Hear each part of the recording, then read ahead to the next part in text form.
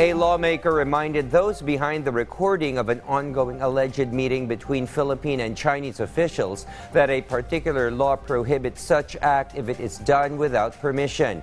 Thus, the upper chamber Solon urged that a probe be conducted on whether wiretapping was done to obtain the alleged leaked audio or not. Daniel Manalastas returns with this report.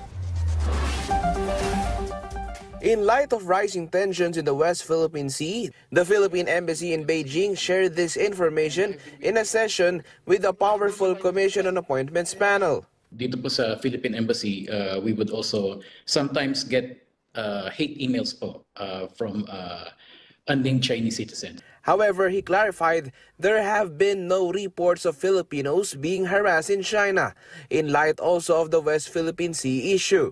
Pakitingin-tingin yung ating mga kababayan dyan.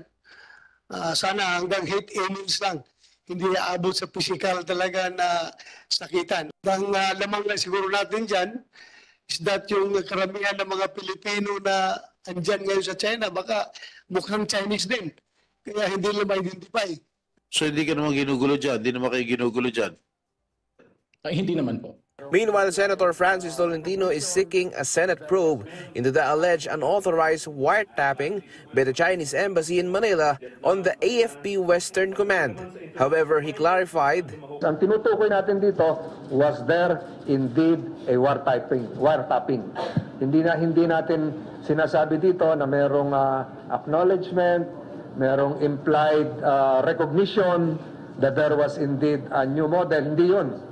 The mere fact na nagkaroon ng wiretapping, kahit ito lang yung ceremonial greetings, good afternoon, ni hao, tinap mo, that's a violation of the wiretapping law. Embassy officials will receive an open invitation, but will they be obliged to attend the probe? Hindi natin sila pwedeng pilitin eh. So, probably it would just confirm something na minililihim pa sila.